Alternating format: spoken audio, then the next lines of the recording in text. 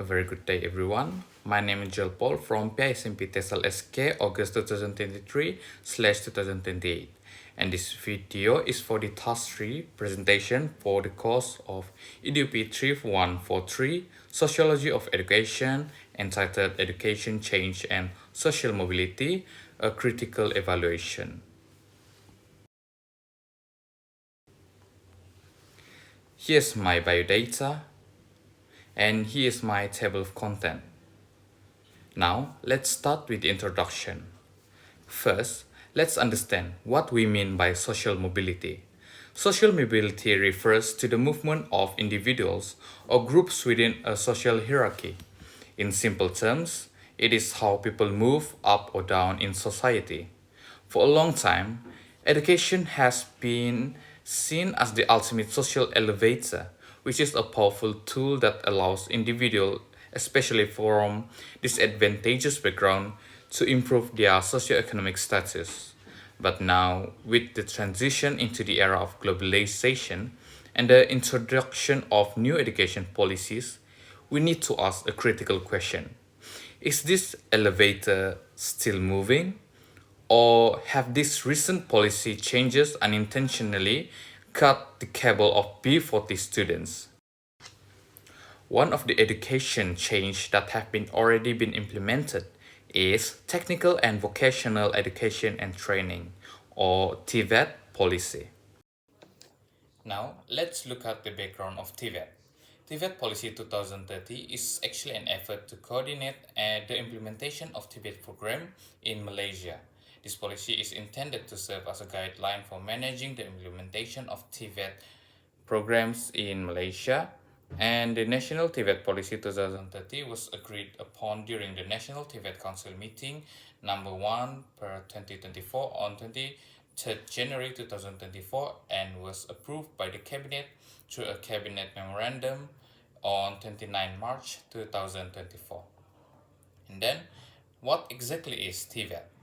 Well, TVET exactly is an education and training process that is oriented to employment and emphasizes industrial practices across various fields. These programs also promote lifelong learning, which cover the secondary level, post-secondary education, and extending to the workforce through job-based training, continuous training, and professional development. Now, let's look at the purpose of the TVET Policy 2030. This policy serves as a guideline to develop a skilled workforce that can meet industry needs. Firstly, the policy aims to develop training and education that are relevant to both current and future jobs. This is important to ensure that graduates are not only employable, but also able to access higher income opportunities. Secondly, it focuses on developing high-impact TVET programs, especially in critical fields where there is strong demand for skilled workers. And thirdly, the policy emphasizes on creating a conducive environment, which means a better facilities, stronger institutions, and improved systems to produce workers who are globally competitive. And it also aims to ensure that workforce needs in key sectors are met, while its need to promote social equity and economic inclusivity, including encouraging entrepreneurship. Finally, the policy also targets high growth and high value industries. For example, energy transition, digital and technology, electrical and electronics, agriculture, and rare earth industries.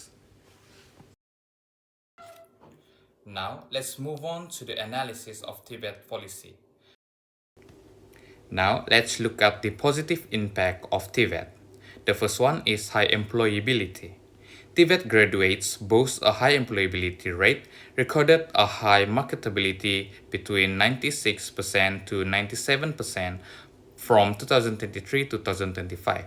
It offers a faster route to employment for disadvantaged youth compared to academic pathways. And also, around 74% have secured job immediately after graduation, which reduced unemployment risk. For students from B40 families who may not have the resources for long academic routes, TVET provides a realistic pathway to formal, better paid work which can help improve the economic situation.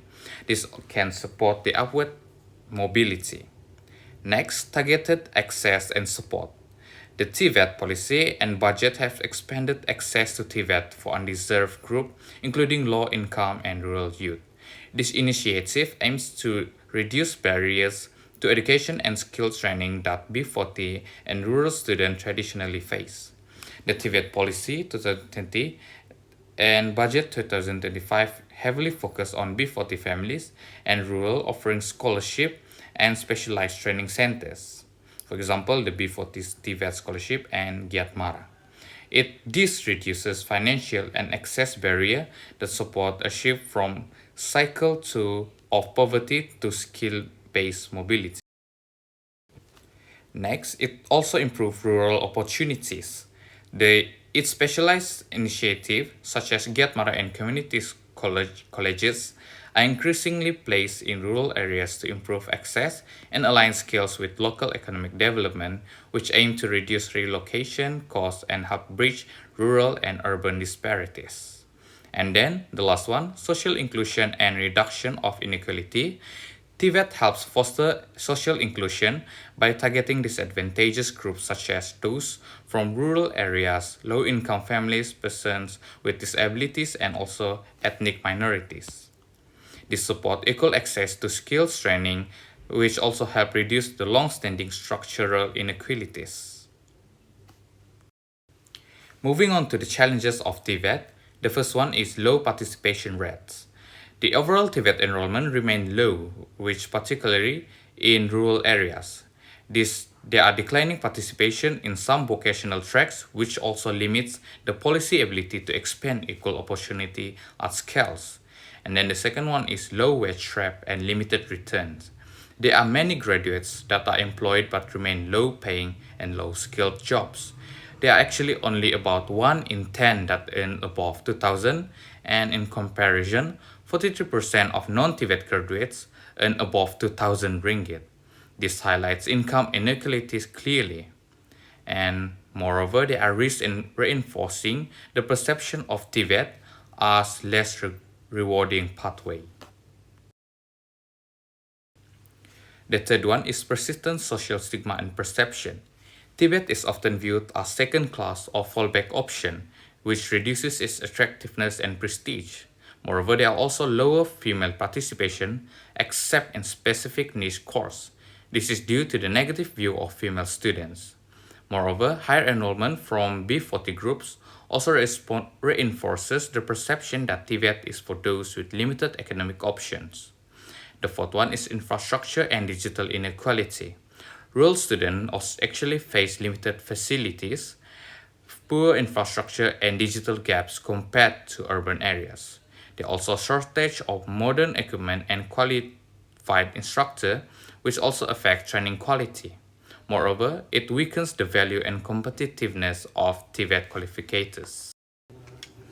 Now, let's move on to the relation to sociology theory. The first one is functionalism theory, where TVET is seen as positive development, especially for B40 students. TVET provides a more affordable and accessible pathway when compared to traditional academic routes. This allows students from low income background to continue their education without heavy financial burden. In addition, TVET focuses on practical skills, which means students can enter the workforce faster and secure stable income, and it also reduces their poverty and unemployment rate. Moving on to the conflict theory, B40 students are usually overrepresented in the TVET, and this is often due to the result and financial limits. So where students who perform less well academically are more likely to be channeled into TVET, while higher performing students are encouraged to pursue university education. Moreover, this creates a two-tier system where academic pathway will lead to higher status and income, while TVET pathway may often limit their progression. Therefore, instead of reducing inequality, TVET may also actually reinforce class division by placing B40 students into specific occupations track. Moving on to symbolic interactionism, this perspective focuses on how level and social perception influences individuals. In Malaysia, TVET is often viewed as second-class option, and students in this pathway may be labeled as weak or less intelligent. These labels are also especially impactful for those students who are already in disadvantageous position. Over time, this repeated shapes how the students see themselves, and as a result, some of them may develop low self-esteem and limit their ambition or for belief in what they are only suited for certain type of jobs.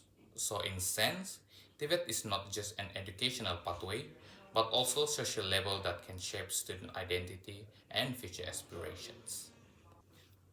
In that, we need to be informed with this policy as it affects our future and our future generation. That is all from me. Here's my references. Thank you and have a great day.